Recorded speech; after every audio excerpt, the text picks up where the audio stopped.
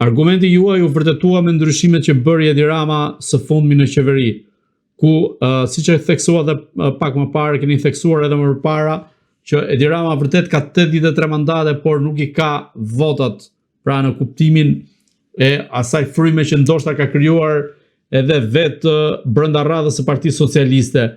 Në këtë rast, ju si e shikoni, a do nis një përplasje e madhe brenda vetë Partisë Socialiste, brenda vetë eksponentëve të saj kundrejt Edi Ramës, apo tashmë kemi të bëjmë thjesht me politikanë të bindur brenda Partisë Socialiste? Nuk kemi të bëjmë me politikanë të bindur, kemi të bëjmë me politikanë të korruptuar. Gjëja e parë, dhe ai po i kërcënon të gjithë, po i kërcënon me dosjen. Nuk është problemi se ai po i kërcënon me gjë tjetër, ai po i kërcënon thjesht me dosjen. Dhe gjatë gjithë kohës Rama i ka mbajtur me të ngrohta, duke ju thënë se spakun e ka ai në kontroll. Ata janë ata që e kanë spakun, ata janë ata që e bëjnë spakun, mos harroni se edhe i shoqi pak, unë kam thënë që Rama i ka 83 mandate, por nuk ka votat për ta mbrojtur imunitetin e Belinda Ballukut apo çdo njeriu tjetër aty në atë sallë, pra ne kërkon edhe të bëjnë ndryshimet e kodit të procedurës penale, sepse ai e kupton që nuk i ka votat në parlament, dhe ndryshimin e kodit ai mund të arrijë ta bëj, sepse i leverdis edhe politikanëve tjerë ai lloj ndryshimi, por votat aktuale për të mbrojtur Belinda Ballukun nuk e ka. Aktualisht, tashmë që flasim, mos harrojmë, kam thënë që është një votim i hapur, sepse kur bëhet votimi për heqjen e imunitetit, bëhet votimi i hapur, nuk bëhet votimi i mbyllur, dhe përplasjet që ka, dhe po dëgjosh edhe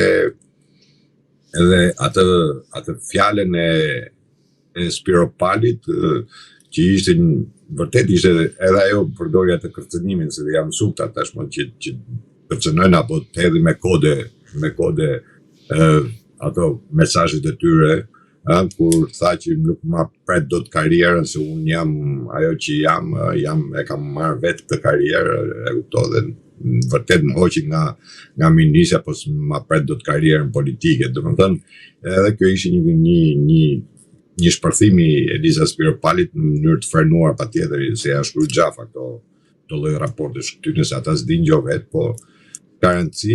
E rëndësishme është që ka përçarje të thella. Unë kam thënë që nëse do vi një moment që Partia Socialiste do shkërmoqet më ke se sa, apo do bëhet më ke se sa që ishte PD-ja, do ketë një shkërmoqje totale, sepse të gjitha që janë aty brenda janë me dosje, dhe ai tashmë po i kërcënon thjesht me dosje.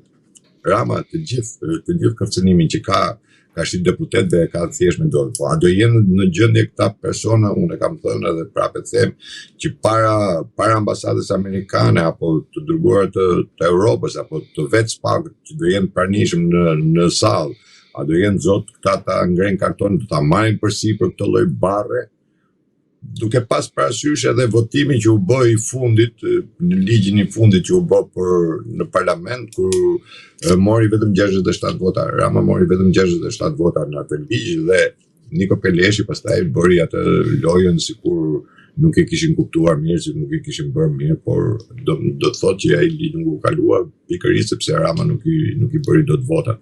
Kjo ndoshta ishte sinjali i parë që u kalua, domethënë. Tash do shohim se çfarë do ndodhi në parlament për sa i përket heqjes imunitetit. Unë them se Rama nuk do t'i bëj dot 71 vota për ta mbrojtur Belinda Ballukun.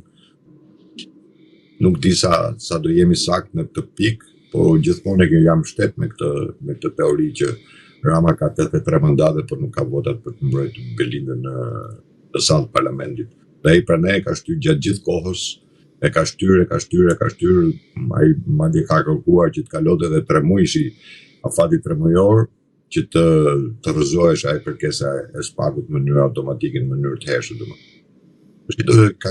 Ka ngel gjithçka në dorë parlamentit, po presioni ndërkombëtarëve ka shi parlamentit tashmë shumë i madh, dhe them se do të hiqet imuniteti për vetëm arsye duke parë edhe zhvillimet se si janë bërë gjithmonë në parlament që me urdhra apo me një SMSU ne arritëm të votojmë ndryshime 58 nene të reformës në drejtësi pra me një SMS u bë dhe të gjithë ishin 100% si as vend tjetër të botës ne ndryshuam kushtetutën me 100% të votave.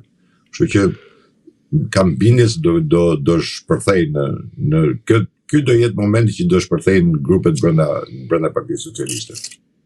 Në këtë rast, kush është ai eksponent më i fuqishëm brenda radhëve të Partisë Socialiste i cili mund dal hapur kundër kryeministrit Edi Rama?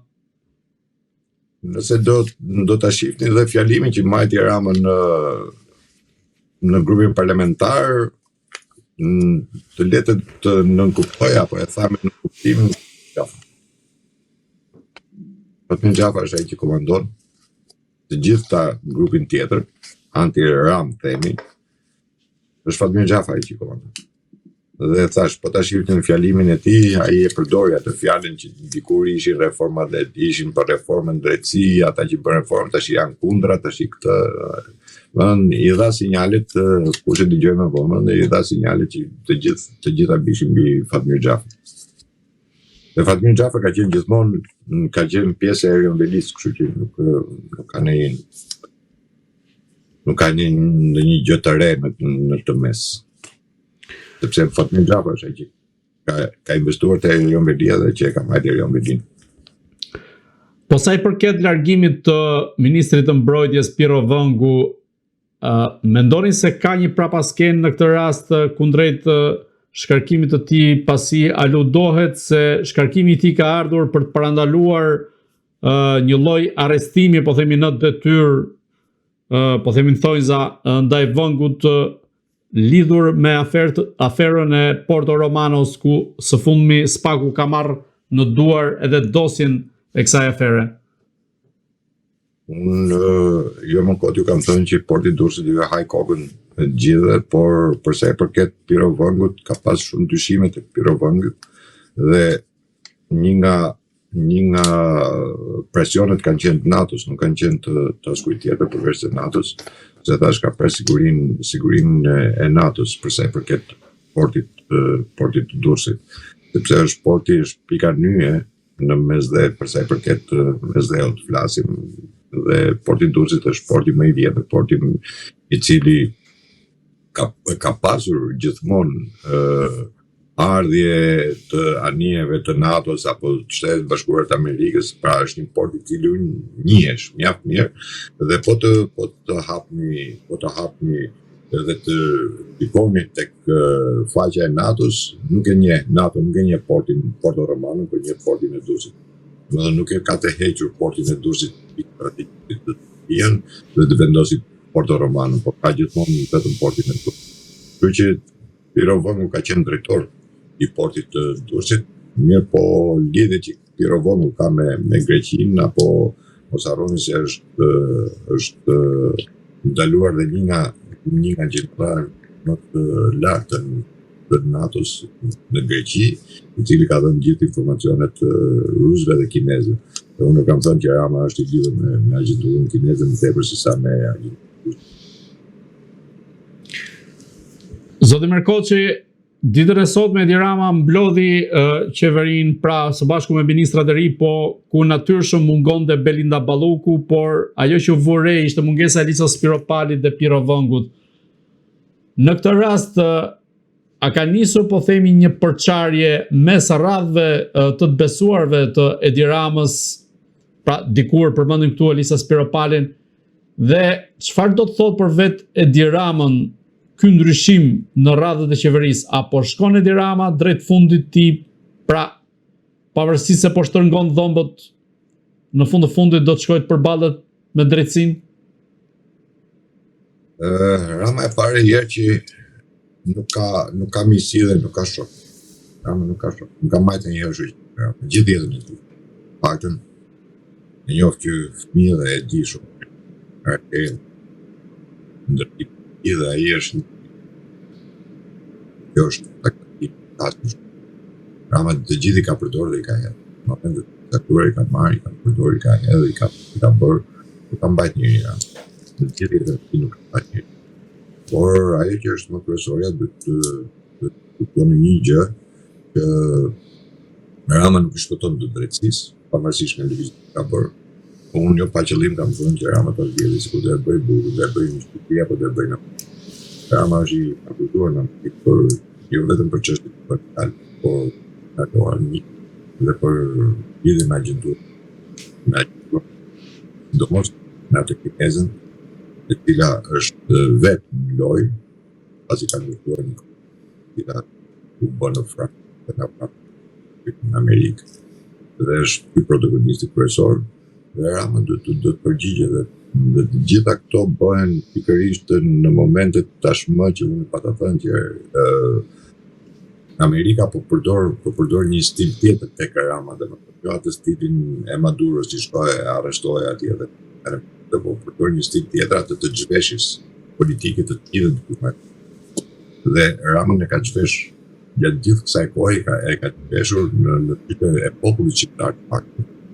Por duke zhvesh në sytë e popullit shqiptar e zhvesh edhe në kashin ndërkombëtarëve.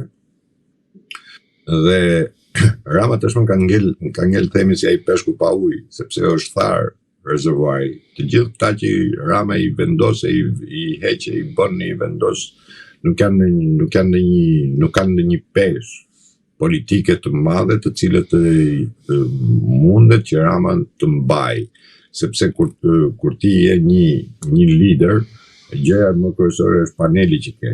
Rama tashmë nuk ka paneli, ju ka fik paneli Ramës, nuk ka asnjë.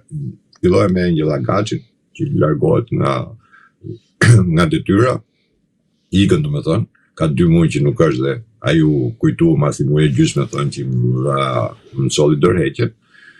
Dhe filloi pastaj me gjithë tjerë, domethënë me Beqaj, me Velia, me gjithë që janë apo në dyert e Spakut, po t'i shohësh me Akshe, ai arriti deri aty, domethënë sa të mbronte atë taksit, thotë se ishte heroinë e punës socialiste ajo dhe Rama po e mbronte me pathos të madh, sepse aty aty kalon çdo lloj korrupsione dhe çdo lloj afere dhe fatkeqësisht ne nuk e kemi në kodin penal, po në tradhti kombëtare që ka bërë Rama, për sa i përket tikomit dhe genocidit që ka bërë krashi shqiptarëve. Shitjen e Trojës që ka bërë Rama, normalisht duhet kishte në kodin penal për sa i përket tradhtisë kombëtare dhe ne nuk e kemi. Kështu që Rama tashmë drejt fundit, këto janë gramat e fundit të Ramës, nuk di, vjen edhe në 90 ditë që Trump e ka deklaruar për sa i përket Ballkanin dhe do të shohim tashmë se çfarë do ndodhë. Zoti Merkoçi, unë ju falenderoj për gjitha mendimet dhe analizat këtu në Agora News. Deri dhe juve. Të dashur shikues, bashkë do shihemi në intervista të tjera, por mos harroni të bëni subscribe në kanalin tonë në YouTube.